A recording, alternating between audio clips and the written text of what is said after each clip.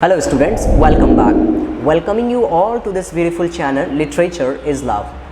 Students, today in this video I am going to explain you the poem Stopping by Woods on a Snowy Evening, which is actually written by Robert Frost. Sir Robert Frost के बारे में मैं एक जानकारी आपको दे दूं कि ये हमेशा लिटरेचर में पोएम्स जो इनकी रहती हैं वो हमेशा पोएम्स रहती है नेचर की खूबसूरती के लिए, नेचर के इर्द गिर्द की बातें वो किया करते हैं अपने पोएम में।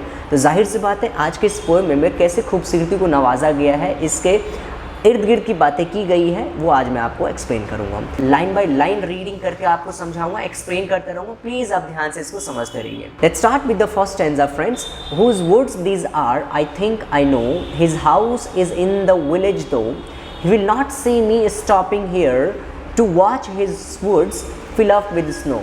दोस्तों कहीं राह से वो जा रहे होते हैं, रास्ते से गुजर रहे होते हैं, रास्ते में उनको एक जंगल मिलता है, यानी कि एक खूबसूरत सा फॉरेस्ट मिलता है। वुड्स का यहाँ पे मतलब है जंगल। एक फॉरेस्ट मिलता है जहाँ पे वो रुक के अपनी बातों को बताते हैं। वो बोलते हैं कि ये जंगल किसका है। Whose woods these are I think I know, जिसका भी ये जंगल है, जो भी इस जंगल का राजा है, मालिक है, उसको मैं बहुत अच्छे से जानता हूँ। शायद मुझे लगता है कि मैं उसको जानता हूँ, पहचानता हूँ। His house is in the village दो, उसका घर कहाँ है, अंदर किसी गांव के अंदर, आगे काफ़ी चल के उसका घर आता है। He will not see me stopping here, वो कभी, क्योंकि यहाँ से वो इतना दूर है, वो कभी उसको नहीं पता चलेगा कि मैं उसके जंगल को निहार रहा हूँ, उसके जंगल को यहाँ पे देख रहा हूँ, उसे कभी पता नहीं चलेगा। क्यों? क्योंकि उसका घर जो यहाँ से काफ़ी दूर में है। To watch his woods fill up with snow, क्यों मैं यहाँ पे रुकूंगा, क्यों उसके जंगल को देखूंगा? क्योंकि वो जंगल बहुत ही ज़्यादा खूबसूरत है। स्नोफॉल हुई है और स्नो की वजह से यहाँ पे बहुत सारे जो चारों तरफ है पूरा सफ़ेदी छाया हुआ है। स्नो की वजह से, यानी कि बर्फ़ जो गिरी है, बर्फ़ बारिश जो हुई है, उसकी वजह से पूरा जैसा लग रहा है कि कॉटन पूरा के पूरे जंगल में फैला हुआ है, पेड़ों पे फैले हुए हैं, कि जो जंगल का मालिक यहाँ से दूर बैठा हो वो कभी नहीं देख पाएगा कि मैं उसके फॉरेस्ट को एंजॉय कर रहा हूँ। ये जो फिल अप विद स्नो है, स्नो से जो भरा हुआ है जंगल, उसको मैं बिल्कुल एंजॉय कर रहा हूँ। Let's move on to the second stanza. My little horse must think it queer to stop without a farmhouse near, between the woods and the frozen lake, the darkest evening of the year।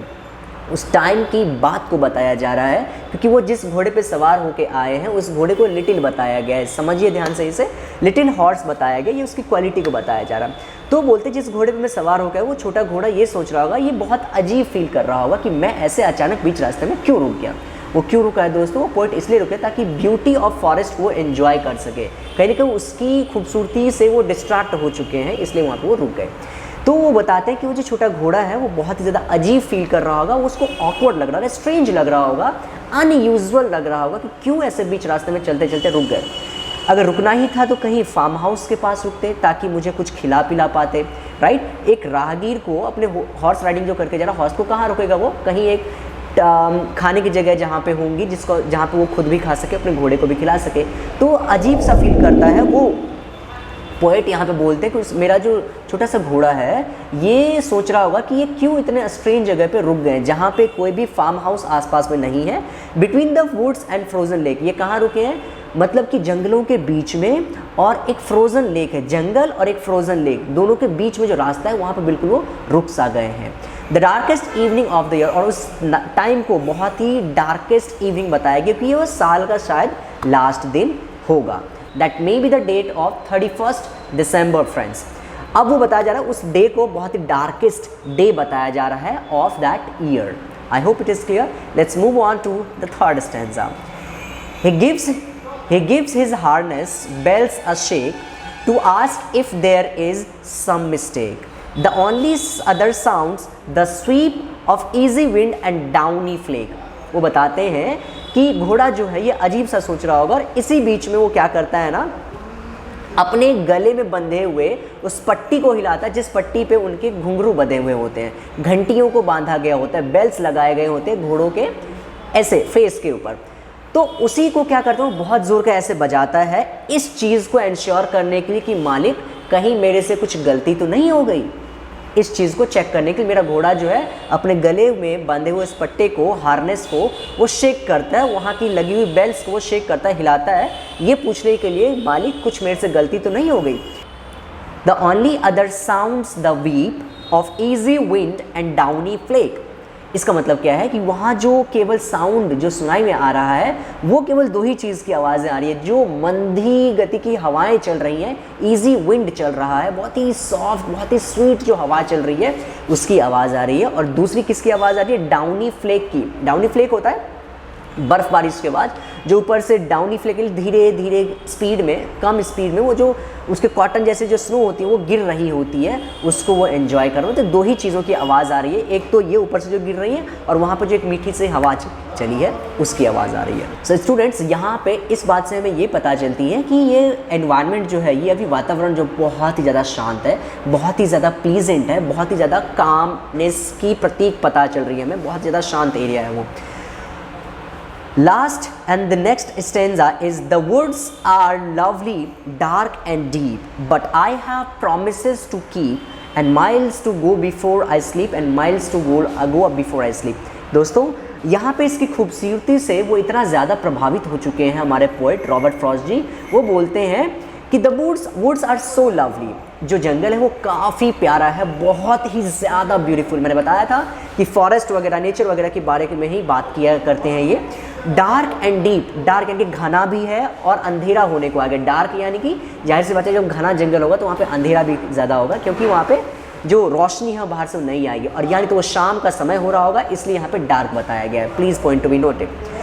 The woods are lovely, बहुत ही प्यारा सा जंगल है। Dark and deep, अंधेरा है यानी कि घना है और बिल्कुल डार्कनेस छाया हुआ है, बहुत ही प्यारा लग रहा है। पोएट के हिसाब से बहुत ही ज़्यादा लवली एनवायरनमेंट, पीसफुल एनवायरनमेंट वहाँ का बना हुआ है। बट इन सभी चीज़ों को याद में रखते हुए, क्योंकि यहाँ पे बिल्कुल डिस्ट्रैक्ट हो चुके हैं, अपने मन को यहाँ पे भूल चुके हैं कि मुझे ना बहुत सारा काम भी है, तो वो बोलते हैं लेकिन मैं यहाँ पे बहुत देर तक एंजॉय नहीं कर सकता हूँ। क्यों? क्योंकि but I have promises to keep, मैंने खुद से कुछ प्रोमिसेस किए हैं, मैंने सोसाइटी से, मैंने कंट्री से कुछ प्रण लिया है, कुछ प्रोमिसेस किए हैं मैंने। और वो क्या प्रोमिसेस हैं वो यहाँ पे बताते हैं। वो प्रोमिसेस ये हैं कि मुझे मरने से पहले, मुझे सोने से पहले मुझे लंबी दूरी तय करनी है, मुझे मीलों दूर चलना है, मुझे मीलों दूर आगे अपने सफ़र को लेके चलना है। इसलिए मैं यहाँ पे रुक के इस नेचर की ब्यूटी को मैं एंजॉय बिल्कुल नहीं कर सकता हूँ।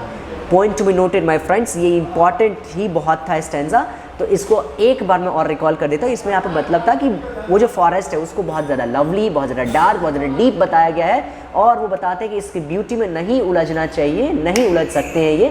क्यों? क्योंकि उनको बहुत सारे प्रोमिसेस कंप्लीट करने हैं, खुद से जो प्रण लिया है कि मुझे ये चीज़ अचीव करना है तो करना। अगर इसमें ब्यूटी में डिस्ट्रैक्ट होते चले गए तो अपने उस गोल से कहीं ना कहीं वो भटक सा जाएंगे। आई hope it is clear, I hope you getting my point. So at the end यहाँ पे जो स्लीप यूज़ किया गया, स्लीप कहीं ना कहीं सिम्बलाइज करता है वो नींद के लिए जिसके बाद आप कभी नहीं उठेंगे, यानी कि डेथ, यानी कि अपने मरने से पहले लोगों ने बहुत सारे प्रण लिए होते हैं।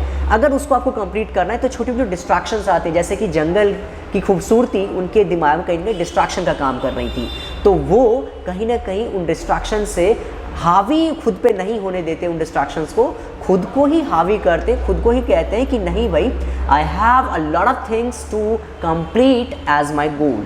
बहुत सारे गोल्स मैंने सेट कर रखे हैं, बहुत सारा काम बचा हुआ है, मैं यहाँ पे बिल्कुल एंजॉय करने के लिए अपना टाइम इन्वेस्ट नहीं कर सकता हूँ। दोस्तों, इस पोएम में कहीं ना कहीं इस बात को बहुत ही स्पेसिफिकली क्लियर कर दिया गया है that if you want to achieve something you have to pay off. आपको कुछ करना पड़ेगा, कुछ तो पे करना पड़ेगा, या तो आप हार्ड वर्क करके पे करिए, डेडिकेशन से पे करिए, या अपनी ऑनेस्टी से पे करिए, कैसे भी पे करिए। दिस वांट्स योर पेमेंट, आपकी पेमेंट वहाँ पे फिक्स्ड है, वो होनी है। दैट डिपेंड्स टू यू कि आपको पेन ऑफ डिसिप्लिन फेस करना है या फिर पेन ऑफ रीग्रेट, यानी कि पछतावा फेस करना है, या फिर मेहनत करके उस गोल को अचीव कर लेना है। तो छोटी मोटी डिस्ट्रैक्शन जो हमारे लाइफ में भी आती है, आप लोग के स्टडीज़ रिलेटेड भी बीच में भी बहुत सारे डिस्ट्रैक्शंस आते हैं। सोशल मीडिया के डिस्ट्रैक्शन है, पेरेंट्स के ताने हैं, या फिर सोसाइटी में जो हो रहे उत्पात हैं, वो सारी की सारी आपको डिस्ट्रैक्ट करनी है। But still you have to focus that you have made a lot of goals to be completed and you have to work hard for that. I hope the poem is done. This was the poem of Robert Frost named Stopping by the Woods on a Snowy Evening. I hope you enjoyed this poem and understood each and everything. Thank you so much for watching this till the end. Bye bye, take care, see you in the next video.